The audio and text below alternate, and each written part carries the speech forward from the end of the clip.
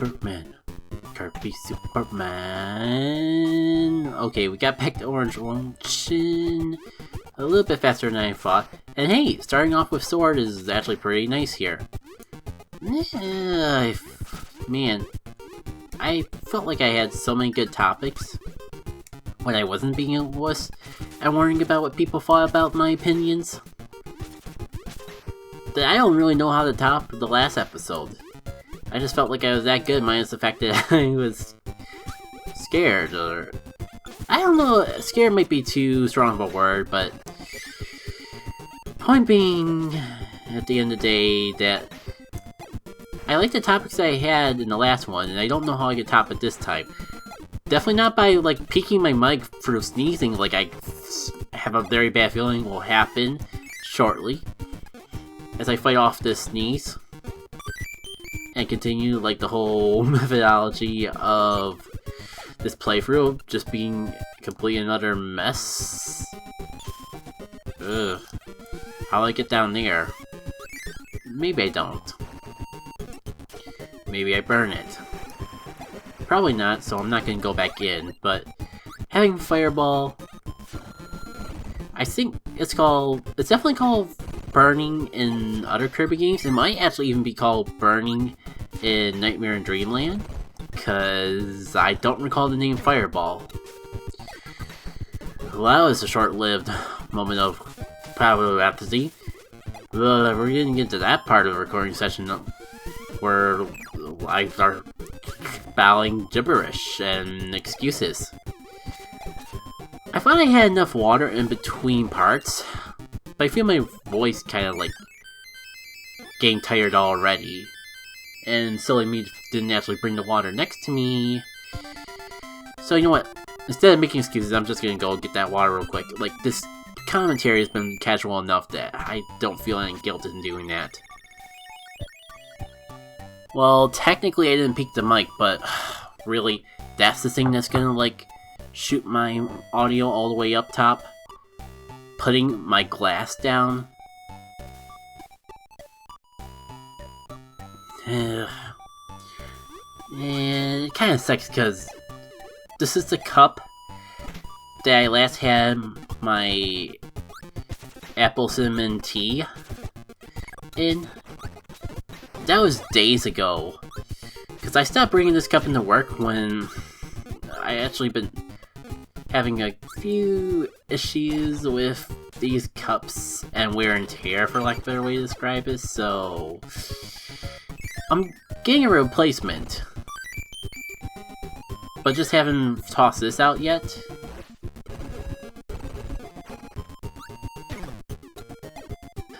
Last thing I had in it besides water was apple cinnamon tea, and apparently water does not wash out the taste of cinnamon.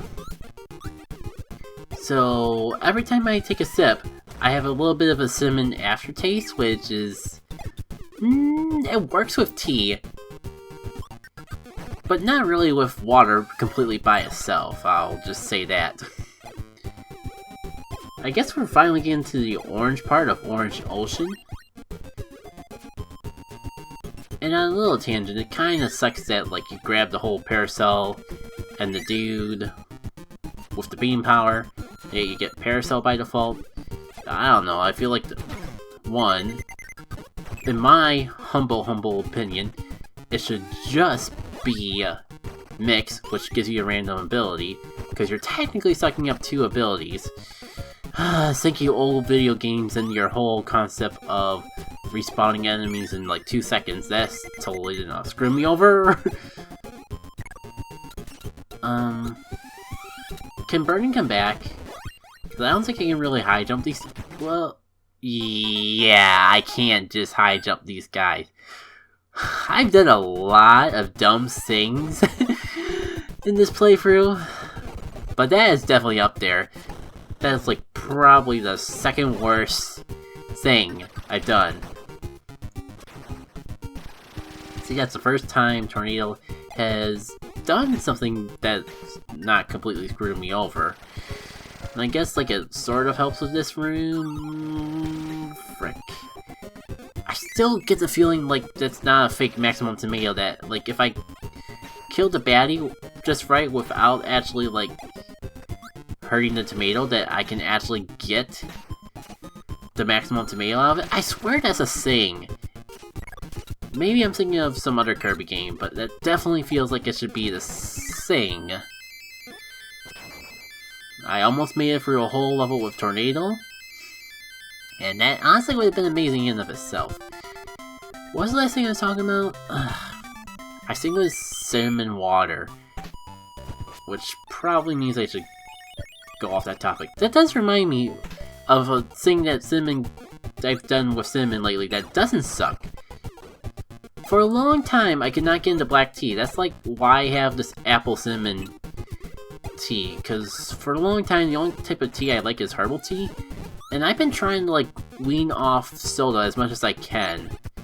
Like, ever since I started working at 6 AM again, I actually got into the bad habit of having soda in the morning. Like, not like for breakfast or anything, but like while I'm sitting at my desk in the office, just so I have something caffeinated to keep me awake, because I can't stand the taste of coffee, even if I cream it up.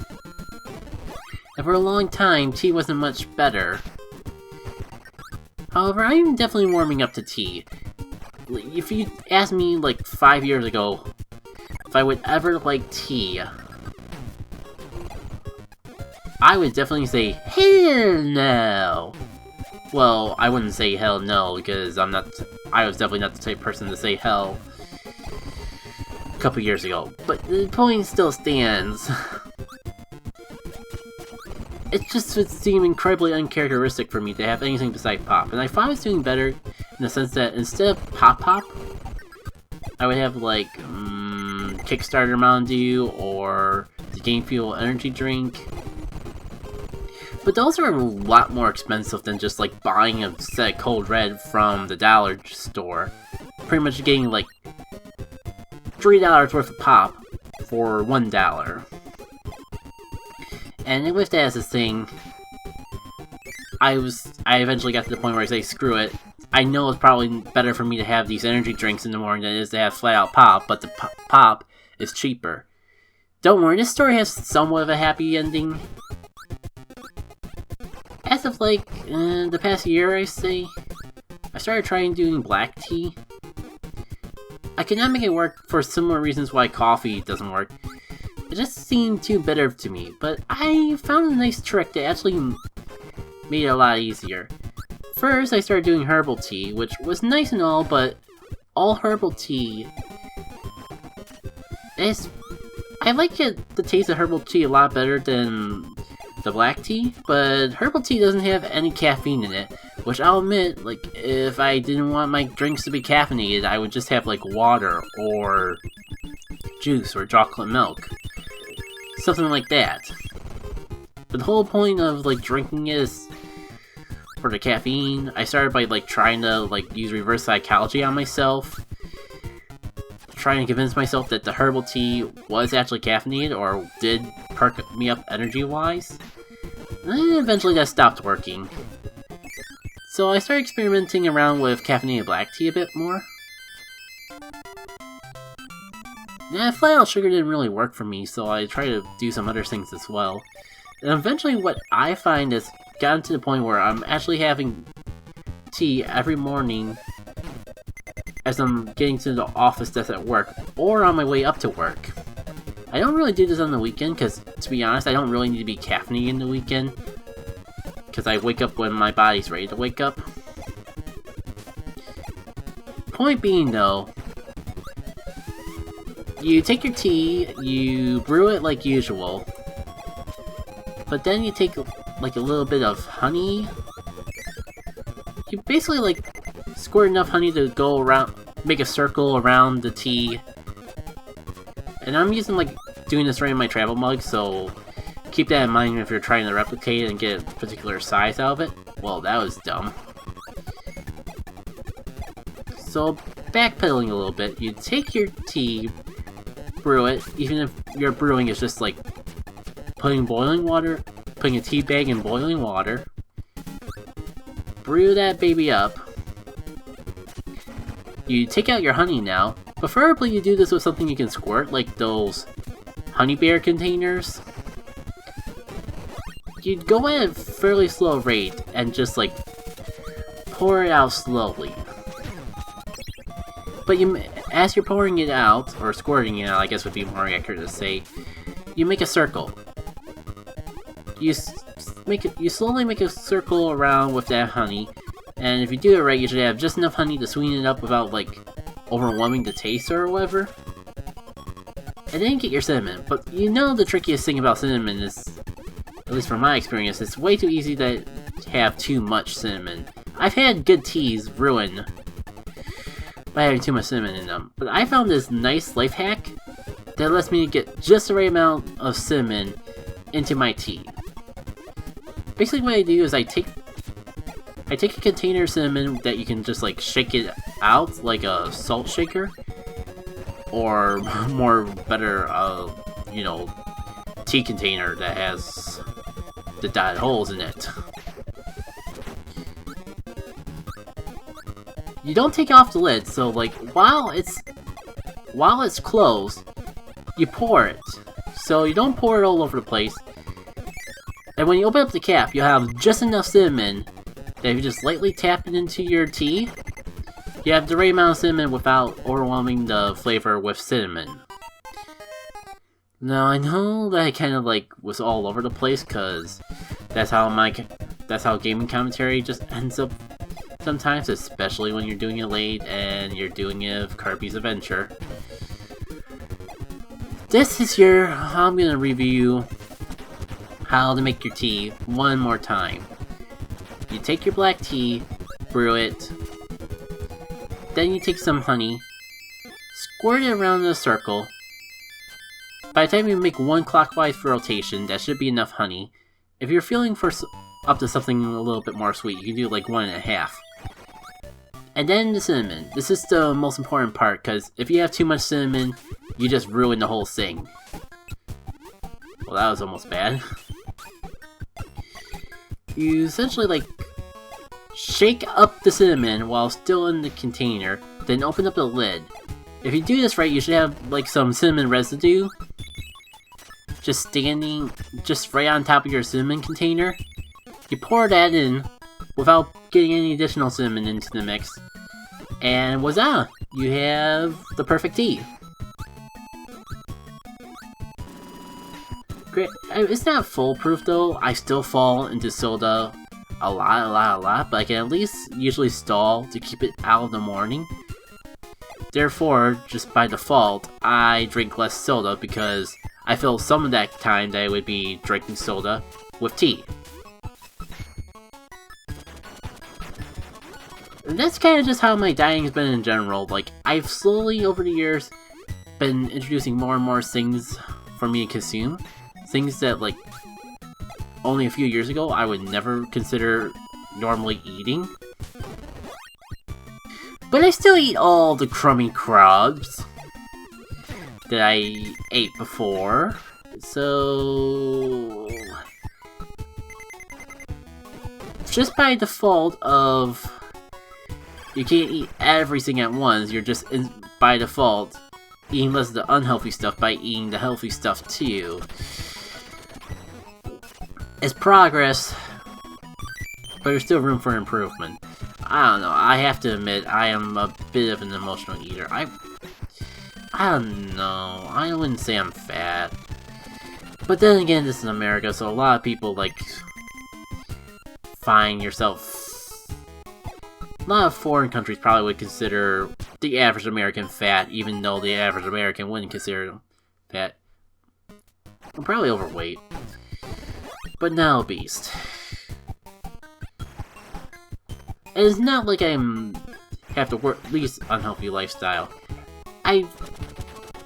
If only with Pokemon Go alone, I definitely do some amount of walking, which is definitely an improvement from how I was 3 years ago before this video game existed. The secret's probably not even worth it. With all these respawning enemies, I'm gonna just keep getting hurt and keep dying. And I think I lost my chance anyways because I don't see the fire guy anymore. Ah, well. He might actually just be a little bit further back, but to be fair, I am not losing another life in this freaking room. The fact that I lost one life in this room right at the end is a bit embarrassing in of itself. I do got it. Is it just my imagination, or are we breezing through this world a bit faster than the other ones? Wow, I want to say that I am the most reckless playing this video game compared to any video game that I've ever played on this channel. Maybe even other, in general, that could have been a whole lot worse. It wouldn't be the first time in a Kirby game that I fell into the trap of, like, sucking up an enemy. Oh, UFO, UFO, UFO, UFO, UFO, UFO. Maybe I can keep this more than 2 seconds and get to enjoy it. But yes, saying I've died rather embarrassingly just by trying to inhale an enemy and getting hurt in the process. Why is this room so hard? Oh, you gotta be shotting me. They're all gone. You trolls. You kill me, and you wipe yourself out of existence. That's just unfair. There's a maximum tomato right there, too. You know what? I'm just gonna go for it. I've, like, hurt myself so much as is, like, that I want every little bit of health I can get. Well, so much for being worried about the video being too short. Getting through this world too quickly. I pretty much got that time back in a half. And I'm gonna get the time back in a half even more with, like, how stupidly I'm getting hurt and inevitably stupidly dying from it. Was that lag in an NES game? Did I just imagine that right? Yes, give me the bombs quickly now, before I perish, preferably. Oh man, I do not deserve to get through that unscathed. And hey, I actually picked my mic and something besides myself. Like, it wasn't my fault that the mic got peaked. Let's just make this easier. I'm gonna get crashed from you anyways. So now I just can assure myself that I will get through this room without dying. Thanks, Meta Knight. I kinda just had a one-hit KO move anyway, so I guess I'll take invisibility too, and hope I don't accidentally hit B. No, I got a feeling this is the last room of this level anyways.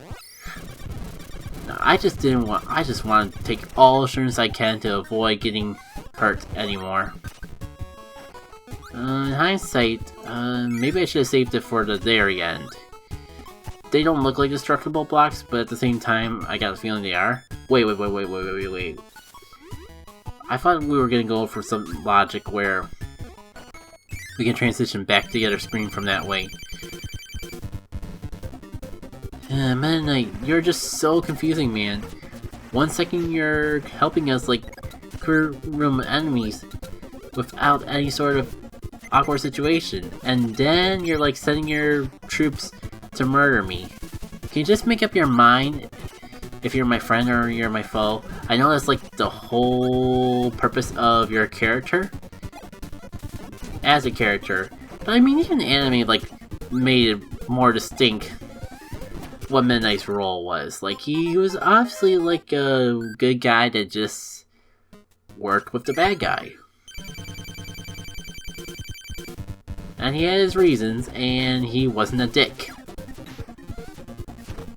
Well, so much for this being a Christian Kirby commentary.